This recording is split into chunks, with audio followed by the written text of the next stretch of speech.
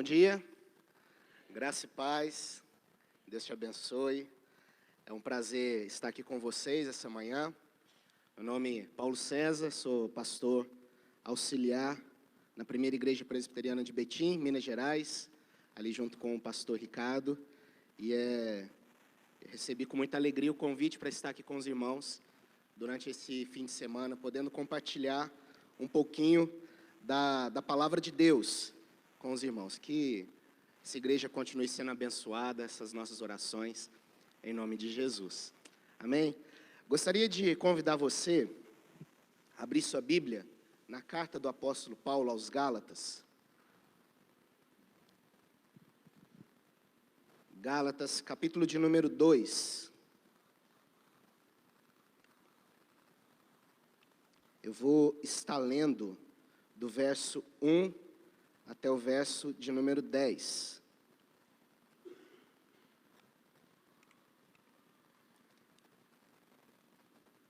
Gálatas, capítulo 2, do verso 1 até o verso de número 10. Eu vou estar lendo esses versículos, peço que você acompanhe na sua Bíblia a leitura.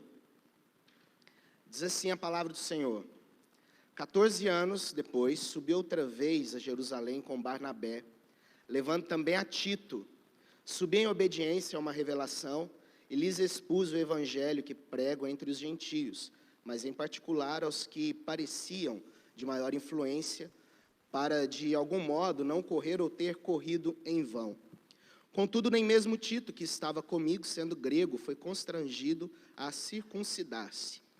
Isto por causa dos falsos irmãos, que se entremeteram com o fim de espreitar a nossa liberdade que temos em Cristo Jesus, e reduzir-nos à escravidão, aos quais nem ainda por uma hora nos submetemos, para que a verdade do Evangelho permanecesse entre vós. E quanto àqueles que pareciam ser de maior influência, quais tenham sido outrora, não me interessa, Deus não aceita a aparência do homem, esses digo que me pareciam ser alguma coisa, nada me acrescentaram.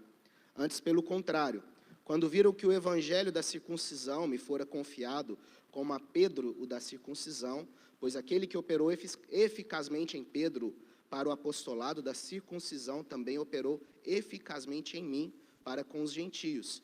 E quando conheceram a graça que me foi dada, Tiago, Cefas, que é Pedro, e João, que eram reputadas colunas, me estenderam a mim e a Barnabé a destra de comunhão, a fim de que nós fôssemos para os gentios e eles para a circuncisão, recomendando-nos somente que nos lembrássemos dos pobres, o que também me esforcei por fazer. Amém. Vamos orar mais uma vez? Feche seus olhos. Peço que você esteja mais uma vez orando pela minha vida também.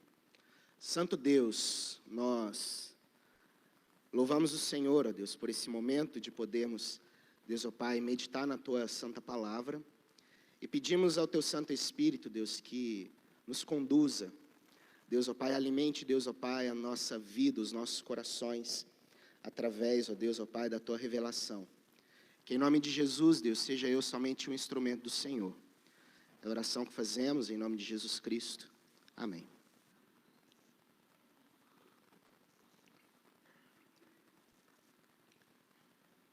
Pastor Vulmar, ele me disse que vocês têm meditado esse ano sobre o tema Uma Igreja Saudável. E pensando nisso, eu gostaria de meditar junto com você essa manhã em algo que talvez tenha deixado um pouco das nossas igrejas doentes. E isso eu falo com respeito à unidade da igreja. A igreja como sendo um povo, um só povo, eleito, escolhido pelo nosso Deus, para o adorar, para bendizer o seu nome. E quando nós pensamos em igreja e na história da igreja, existiu um momento, e esse momento é o momento que nós acabamos de ler aqui agora, que essa história ela estaria para se desmoronar, e tudo por água abaixo. Tudo aquilo que estava sendo recentemente construído, porque a história estava começando, a igreja, como nós entendemos, do Novo Testamento, ela estava aqui ainda nos seus primeiros anos de existência, no meio ali de todo o povo, entre os apóstolos ainda conduzindo essa igreja, Paulo começando já na caminhada do seu ministério, levando a palavra de Deus. Esse momento que nós acabamos de ler aqui agora, talvez tudo isso que estava sendo construído, tudo isso que estava sendo edificado, essa igreja que estava nascendo aqui, ela poderia cair por terra, dependendo da resolução ou do que acontecesse nesse momento, dessa reunião que Paulo tem em Jerusalém com outros líderes e também com outros apóstolos também. Aqui ele cita 3 desses apóstolos. Nós vemos aqui Tiago, Cefas, que é Pedro, e o próprio João sendo citado. Então ele se reúne aqui e nesse momento, essa reunião, esse encontro, ele poderia colocar por terra tudo aquilo que estava sendo construído e talvez trazer influência para nós hoje. Talvez a igreja como nós vivemos, conhecemos hoje, talvez seria completamente diferente. Mas só para a gente entender um pouquinho, o que motivou Paulo a ir para essa reunião, a ir até Jerusalém, se reunir com esses homens. Se você ler um pouco o início da carta aos Gálatas, você vai ver que Paulo, ele pregando o evangelho, ele enfrenta uma grande dificuldade, e essa dificuldade ela vinha por parte de outras pessoas que vinham com uma mensagem, um evangelho completamente diferente. A gente percebe isso quando ele diz aqui no capítulo de número 1, do verso 6 até o verso de número 9. Ele alerta, olha, se alguém vir aqui, descer, um anjo ou qualquer outra pessoa, venha pregar um evangelho que vá além do que nós temos pregado, que seja considerado isso anátema. Que vocês joguem isso fora, que não considerem isso. Paulo entende que o evangelho que ele pregava, o evangelho que ele proclamava, era o evangelho vindo do próprio Jesus Cristo, porque Paulo mesmo teve um encontro com Jesus, o qual capacitou para esse evangelho, o qual capacitou para levar essa palavra. E ele entendia que esse evangelho, ele era assinado, ele era outorgado, ele era confirmado pelo próprio Cristo. Então, não existia nada além que precisava ser pregado, não tinha nada além que ser acrescentado, porque esse evangelho é um evangelho puro, simples, que veio do próprio Jesus, que foi ensinado a ele pelo próprio Jesus. Ele mesmo vai dizer que aquele que operou eficazmente em Pedro, também operou nele. Então, é um só evangelho, é uma só palavra, não há divisões dentro disso que é ensinado. Não há divisões dentro desse evangelho, dentro dessa mensagem. Paulo, ele está certo disso. E ele entende que esse evangelho, ele não precisa de validação de homem nenhum. Homem nenhum precisava chegar lá e falar assim, olha, esse evangelho aí que vocês têm ouvido do apóstolo Paulo, é um evangelho de mentira. E as práticas judaicas? Era isso que estava sendo questionado em Gálatas.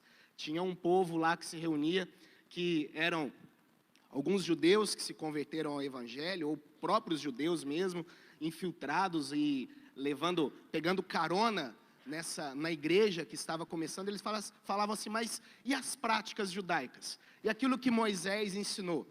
Vocês precisam observar cada uma delas. Eles eram conhecidos como judaizantes. Eram homens que levavam a sério todas as práticas, todos aqueles rituais que eram feitos pelos fariseus, pelos escribas. E eles entendiam que os cristãos também, eles precisavam observar essas práticas, eles precisavam obedecer a essas práticas. Eles entendiam, o lema desses judaizantes era interessante, porque eles diziam o seguinte, nenhum judeu precisa ser cristão, mas todo cristão ele precisa ser judeu também. Esse era o lema desses homens, isso era o que eles ensinavam, e Paulo ele enfrenta então essa barreira, ele enfrenta essa dificuldade. O seu evangelho, o evangelho que ele pregava, que é o evangelho de Cristo, estava sendo questionado, estava sendo colocado contra a parede. E ele se admirava ao perceber que aquela igreja, ela estava dando ouvidos àqueles homens. Ele falou assim, olha, me admira vocês estarem dando ouvidos a esse evangelho que não é o evangelho de Jesus. Isso trazia um grande problema para o crescimento e para o início dessa igreja aqui nessa cidade. Então ele resolve se reunir com esses homens. Então ele resolve ir para Jerusalém novamente para apresentar. Ele diz aqui, olha, eu fui para apresentar a eles o evangelho que eu tenho pregado, a mensagem que eu tenho pregado, e para ver se eles não mudaram de ideia, para ver se Pedro, se Tiago, se João não aderiram à mensagem desses judaizantes. A preocupação de Paulo não era saber se ele estava errado, mas era saber se realmente aqueles homens lá de Jerusalém, porque os judaizantes diziam isso, olha, a mensagem que é pregada é outra, as práticas judaicas precisam ser observadas, e aquilo entra no coração de Paulo, e Paulo fica admirado ao perceber que a igreja, que aquele povo estava aderindo a essas práticas. Ele resolve então a ir para Jerusalém, para se reunir então ali com os líderes, com Pedro, com Tiago e com João. Só um breve panorama, um breve contexto para nós entendermos o que levou Paulo a ir então para essa cidade. E o nosso texto, já entrando aqui no capítulo 2, eu gostaria de observar aqui algumas características e depois trazer algumas aplicações para nós. O nosso texto, ele nos mostra, ele nos responde, na verdade, algumas perguntas, e pelo menos duas perguntas eu gostaria de responder, de trazer aqui, que o texto nos mostra como resposta para o que acontece dentro dessa reunião. Do verso 1 até o verso de número 2, nós percebemos que existe um espaço de tempo aqui mencionado. 14 anos depois, eu subi outra vez a Jerusalém. É a segunda vez que Paulo vai a Jerusalém. A primeira vez foi 3 anos após a sua conversão. Ele se converteu e depois de 3 anos ele vai para Jerusalém.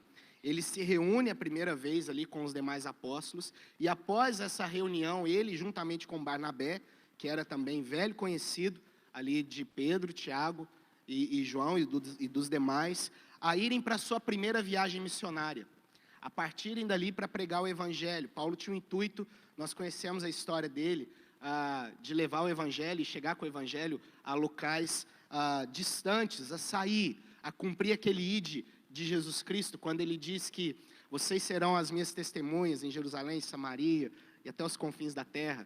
Nós percebemos Paulo com o coração, com a vontade, com o desejo de ir até esses confins da terra, levando esse evangelho. Então ele retorna, o nosso texto ele vai dizer que ele vai voltar para Jerusalém, para se reunir, acompanhado aí de 2 companheiros.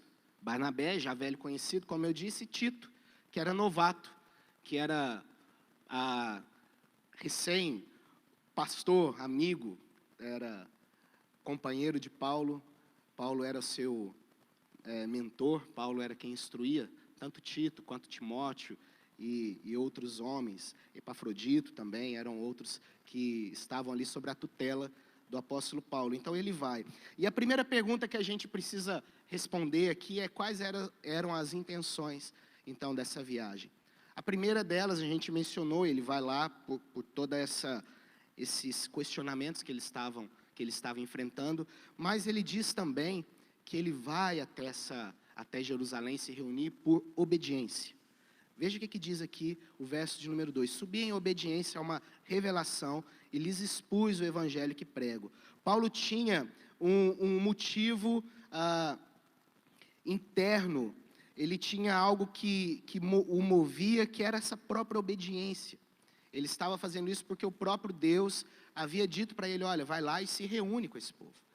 Vai lá e conversa com esse povo. Vai lá e tira tudo isso a limpo. Vê o que está acontecendo. Vê se tire toda essa confusão que está dentro do seu coração. E Paulo então resolve, indo a Jerusalém, obedecendo a essa revelação, a isso que o próprio Deus, o próprio Espírito Santo movia, conduzia a sua vida. É algo comum dentro do apóstolo Paulo. E um outro motivo é o motivo de toda aquela bagunça, como nós dizemos. Aquilo perturbava o coração de Paulo, ao ponto dele falar assim, olha, eu preciso ir lá e ver se há algo errado. Eu preciso ir lá e expor o evangelho que eu tenho pregado. Eu preciso ir lá e explicar aquilo que eu tenho falado para todos eles. E então Paulo, ele movido então por Deus e por esses questionamentos é interessante, algumas pessoas, alguns historiadores, eles dizem, comentaristas vão dizer que Paulo, havia um certo medo no coração de Paulo. E talvez medo é uma palavra que talvez não combina muito com Paulo. Porque quando nós olhamos a história, Paulo tão corajoso, Paulo ele era tão decidido naquilo que ele fazia. Primeiramente, a gente percebe que ele era decidido em perseguir a igreja. Ele era extremamente decidido nisso. Ele mesmo, quando nós olhamos a sua história, quando ele fala sobre ele mesmo, ele diz, olha, sou judeu, filho de judeu, quanto à lei fariseu, quanto ao zelo perseguidor da igreja, ele mesmo diz isso. Então ele tinha essa ousadia, essa coragem de ser perseguidor do evangelho, perseguidor da igreja, essa igreja que agora ele plantava. E após a sua conversão, a gente percebe que ele se torna agora corajoso pregador do evangelho. Não tinha medo, passava por naufrágios, ele mesmo diz, olha, eu sei viver em toda e qualquer situação. Já passei frio, já passei fome, fui apedrejado, já fui tido como morto. Mas a gente lê na história que ele sempre se levantava, sacudia aquela poeira e continuava firme, levando a palavra de Deus. Então, talvez a gente percebe que medo não combina tanto com o apóstolo Paulo, mas, apesar de toda essa coragem, algo atemorizava assim o seu coração. A igreja, a história da igreja, a unidade dessa igreja estava em jogo aqui. Se esses homens, esses líderes, tivessem aderido ao partido dos judaizantes, tudo que estava sendo construído cairia por terra. Tudo que estava sendo construído iria se desmoronar. Então Paulo estava, de fato, preocupado com a igreja. Preocupado se aquela mensagem dos judaizantes não iria levar novamente aquele povo a uma escravidão de práticas, a uma escravidão de rituais, entendendo que a mensagem era uma mensagem que liberta, que Jesus, ele traz essa libertação do pecado, entendendo que a obra que salva não é a nossa, mas é a obra de Jesus Cristo. Essa era a mensagem do apóstolo Paulo, e preocupava o coração dele, o pensamento de uma outra mensagem, uma mensagem repleta de práticas, repleta de rituais, um evangelho completamente diferente, entrar e dividir toda aquela igreja. Ele diz, olha, eu faço isso para que eu não venha ter feito tudo em vão, para que eu não venha ter corrido em vão, para que eu não venha ter pregado em vão, porque se de fato isso for acontecer, tudo irá se desmoronar. Segunda pergunta, entendemos aqui o motivo. Paulo foi para lá porque o próprio Deus o conduziu e porque ele precisava tirar à prova tudo aquilo que estava acontecendo. Ele precisava se reunir com esses homens. E a segunda pergunta é, qual o resultado disso aqui? Qual o resultado dessa reunião? E o resultado não poderia ser melhor. O texto ele vai dizer que os homens estenderam a destra da comunhão para Paulo.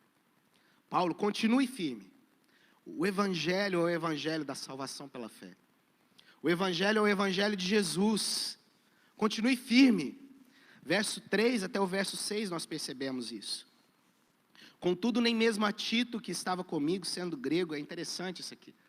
Paulo, ele teve até mesmo um estudo de caso aqui, para essa reunião, para entender que de fato aqueles homens estavam seguindo, estavam vivendo e pregando o verdadeiro evangelho outorgado por Jesus, mandado por Jesus. Ele leva Tito. Tito era grego. Tito ele não era judeu, ele era gentio e 100% gentio. E diz o texto que nem mesmo a Tito, que era líder, era um dos líderes das igrejas que Paulo havia plantado, nem mesmo a Tito, diz o texto, eles falaram que ele precisava se circuncidar. Eu não sei quem era mais doido, se foi Paulo de levar Tito para essa reunião lá em Jerusalém, ou Tito de querer acompanhar Paulo. Mas ele teve essa prova no próprio Tito. Olha, nem mesmo a ele. Eles o forçaram, eles disseram para que ele viesse a se circuncidar. E é interessante, só para a gente entender um pouco mais da história, que após essa reunião, e depois se você continuar lendo o capítulo de número 2, você vai ver que Paulo ele vai questionar algumas práticas, e principalmente algumas práticas de Pedro, por algumas barreiras que ele estava construindo entre os gentios, todos os apóstolos eles resolvem reunir. E eles reúnem num momento que a história chamou de Concílio de Jerusalém. E nesse concílio foi determinado que aqueles gentios que estavam se convertendo, eles não precisavam adotar as práticas judaicas. Então eles botaram um fim em tudo aquilo que poderia se levantar e dividir a igreja. Eles resolveram, olha, vamos acabar com isso, vamos fazer um documento para dizer que nenhum gentio que se converte, ele precisa adotar as práticas judaicas. Ele é livre para seguir o evangelho em Jesus, ele é livre para viver a sua vida a Jesus Cristo, mas ele não precisa adotar essas práticas. Então foi colocado ali um ponto final. Então o resultado foi esse: olha, Paulo, continue firme, continue levando o evangelho, continue pregando o evangelho, continue levando a palavra. Nós também temos pregado esse evangelho. O que esses judaizantes estão tentando fazer, olha, anime o povo a lutar contra tudo isso. Anime o povo, encoraje o povo a se levantar contra essa mensagem, contra essas práticas que eles têm tentado colocar dentro da igreja. Tentando dividir a igreja, tentando criar partidos dentro da igreja. Anime o povo a isso. Encoraje o povo a isso.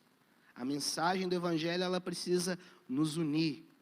Não é nenhum ritual, não é nenhuma proeza, nada disso é necessário para a nossa salvação. E tudo isso é fundamental para a nossa fé cristã.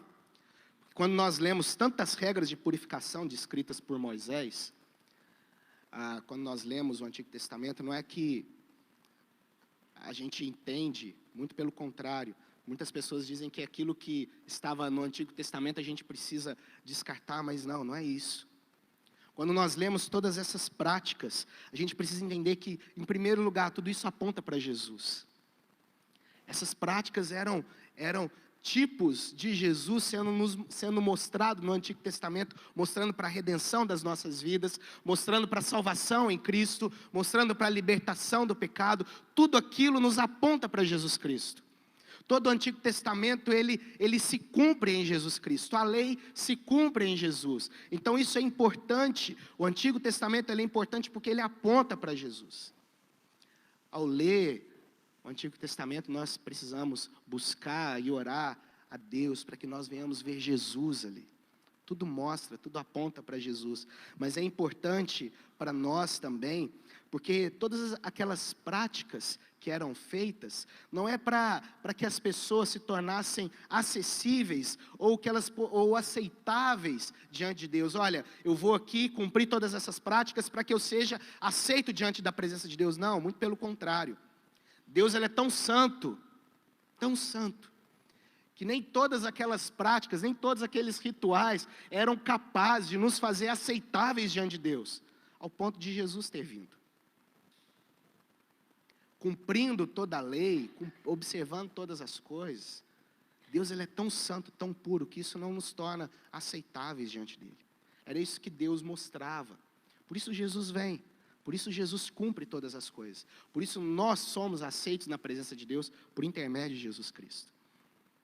Porque não é observando todas essas coisas, mas é em Jesus. Então tudo isso era importante, porque a mensagem, a igreja, o evangelho, ele poderia se dividir, poderia causar uma grande divisão, partidos se formando dentro da igreja. Pessoas fechadas para outras pessoas. Grupos fechados para outros grupos. E esse não é o evangelho de Jesus. Essa não é a igreja de Cristo. A igreja de Cristo é uma igreja única, liberta.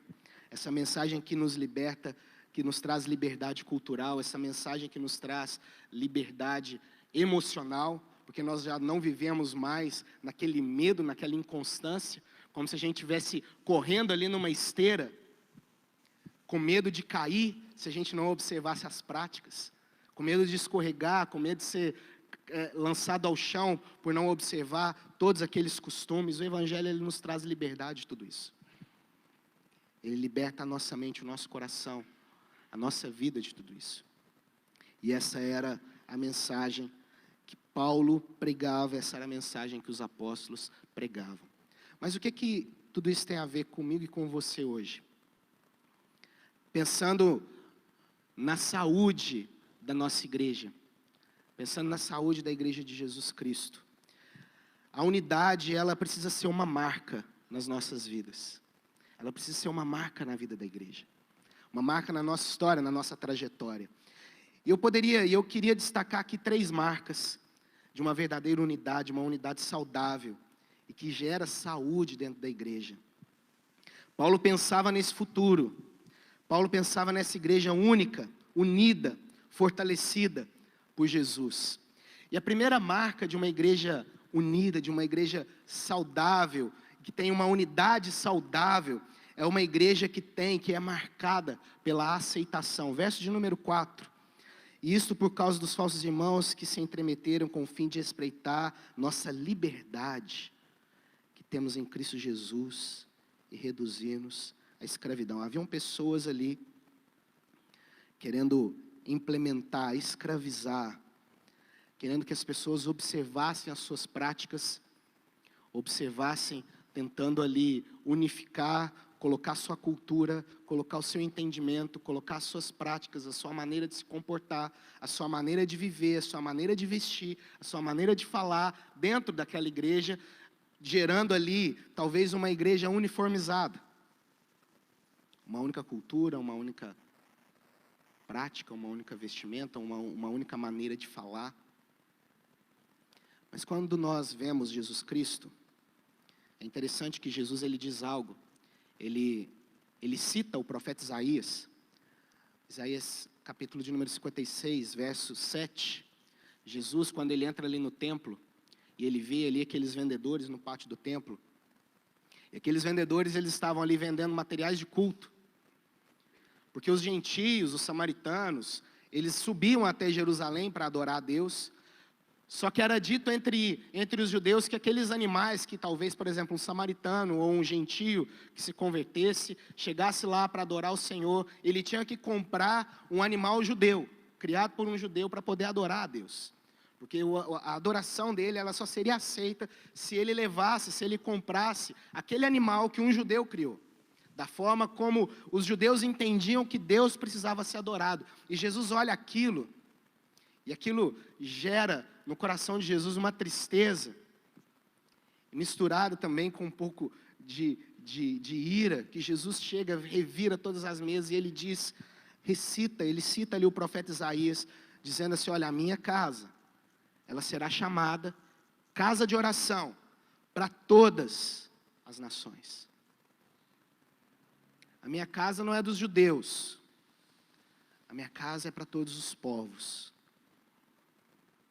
Apocalipse, capítulo 7, verso de número 9, diz que todas as nações, tribos, povos, línguas, elas estarão lá no fim, de pé, diante do trono, adorando ao Cordeiro, louvando o Cordeiro.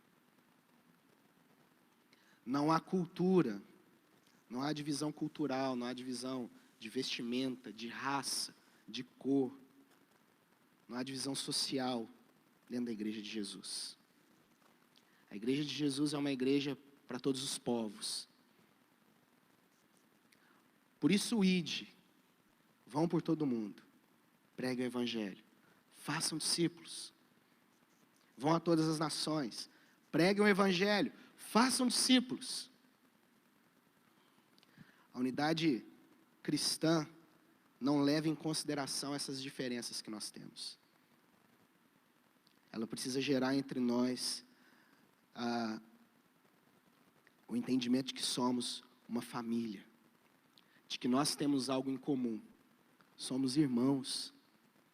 Nós temos o costume de chamar, bom dia irmão, talvez você falou para várias pessoas aqui, bom dia meu irmão, graça do Senhor Jesus. Ela gera entre nós esse sentimento de família, o evangelho gera entre nós esse sentimento de unidade, fraternidade, compromisso uns com os outros. E isso precisa ser mantido, precisa ser uma marca da igreja de Jesus Cristo, de que nós temos algo em comum. o entendimento de que eu e você, nós temos muito mais em comum com um cristão, talvez que passa dificuldades lá na Angola, do que talvez com os nossos vizinhos de rua. Sim, pelo simples fato dele professar a mesma fé que nós. Somos irmãos, isso nos une. Isso faz de nós ter muito mais em comum com uma mãe que talvez está no morro do Rio de Janeiro nesse momento orando, pedindo a Deus que seu filho volte vivo para casa. Nós temos muito mais em comum por ela professar a mesma fé do que nós.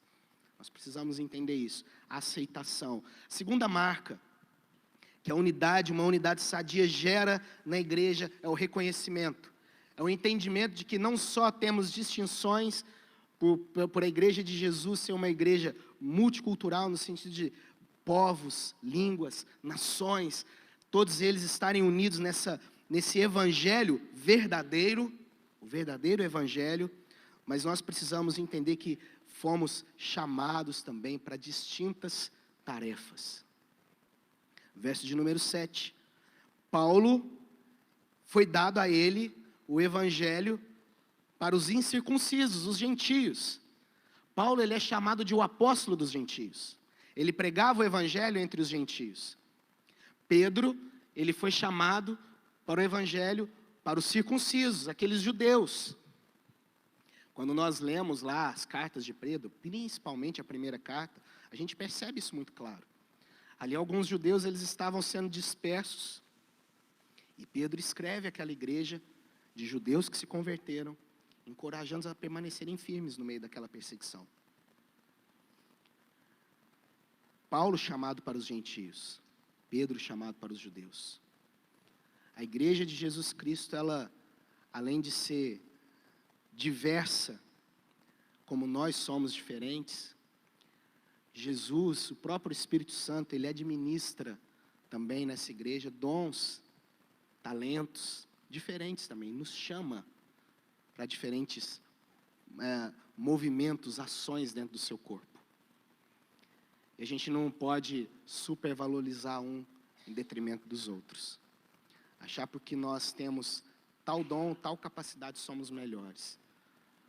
Paulo, ele, durante pelo menos ali 3 capítulos, ele exorta a igreja de Corinto quanto a isso. Porque havia essa briga, havia essa bagunça dentro da igreja de Corinto. A igreja estava sendo dividida por causa dos dons, que nem deles era do Espírito Santo. E o Espírito Santo administrava esses dons. Ele concedia, era um só Espírito. Olha, um só Espírito derrama isso sobre vocês, capacita vocês.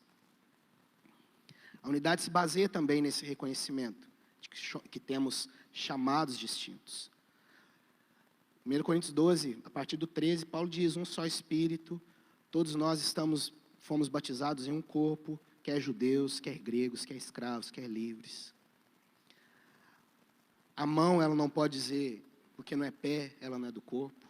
O pé não pode dizer, porque não é olho, ele não é do corpo. Se todos fossem pés, ou todos fossem mãos, olho, onde estaria o corpo?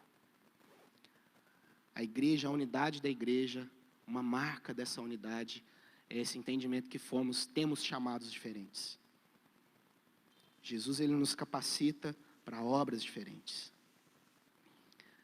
No final da carta aos 1 Coríntios, capítulo de número 12, ele diz lá que a uns estabeleceu Deus para apóstolos, profetas, operadores de milagres, curas, socorro, governo, variedade de línguas. Aí ele diz, porventura são todos apóstolos? De forma alguma. São todos pastores? De forma alguma. São todos presbíteros? Também não. Mas a igreja, ela é única.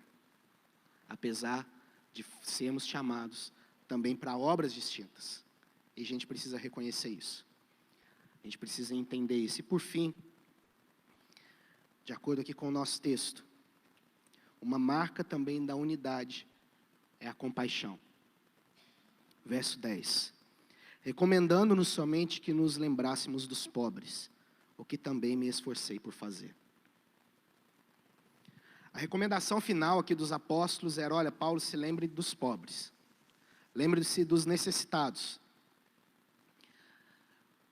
Aqueles homens, eles poderiam ter 2 motivos para falar isso para o apóstolo Paulo. Um pessoal e outro genérico.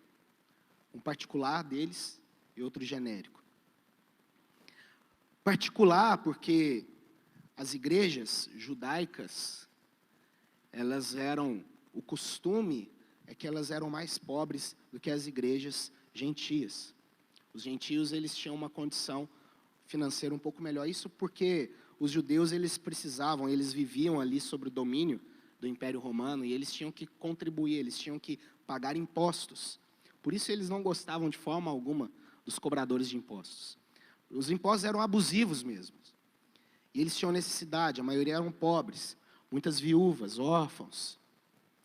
Nós percebemos isso, Pedro tinha uma grande preocupação com essas viúvas, com esses órfãos, que às vezes eram deixados de lado ali pelos fariseus. Jesus, em vários momentos, ele chama a atenção desses fariseus por causa disso. Vocês não têm cuidado dos pobres, vocês não têm cuidado das viúvas. Então eles tinham essa preocupação deles, pessoal, particular. Paulo, se lembre da gente. Nós temos dificuldades aqui. Nós passamos por uma luta financeira também, lembre-se de nós. E a gente percebe que Paulo tinha esse cuidado com esses judeus. Romanos 15, 25 a 28, diz que o momento quando ele estava de partida para Jerusalém, ali o pessoal da Macedônia, da Acaia, Paulo resolve juntamente com eles levantar uma oferta, para que ele levasse para abençoar aqueles que estavam em Jerusalém. Paulo tinha essa preocupação. Paulo entendia, e ele diz aqui, olha, eu me esforçarei por fazer isso. Ou eu me esforcei por fazer isso. Sim, eu lembrei deles, eu lembro de vocês. E o outro é genérico. Genérico no sentido de ser amplo. Porque o próprio Evangelho de Jesus, ele é repleto de compaixão. Compaixão pelos necessitados, compaixão também por aqueles que estão assolados pelo pecado. E nós, uma marca de uma igreja que tem essa unidade saudável, é o exercício dessa compaixão. É a gente olhar para o nosso irmão, para aqueles que estão aprisionados pelo pecado e ter compaixão deles. Nosso coração chorar por causa deles, se entristecer por causa deles. Se entristecer pelo perdido, pelo pobre, pela viúva, por aquele que sofre pelo pecado, que está aprisionado, amargurado pelo pecado. É uma marca de uma igreja unida. Compaixão, reconhecimento e aceitação. Que o Evangelho nos una cada vez mais, querido. Que nós possamos ser cada vez mais unidos, fortalecidos por esse Evangelho. Largar, abrir mão daquilo que nós temos de diferente. Às vezes nós focamos muito nos pontos diferentes que nós temos. Nós focamos muito nas questões que nos diferenciam, mas nos esquecemos daquilo que nos une, o Evangelho de Cristo. Aquilo que é o nosso elo, o próprio Jesus. Que esse Jesus nos abençoe cada vez mais, nos una, faça de nós uma igreja unida, que expressa todas essas marcas a cada dia, em nome de Cristo Jesus. Amém? Vamos orar, pastor Volmar.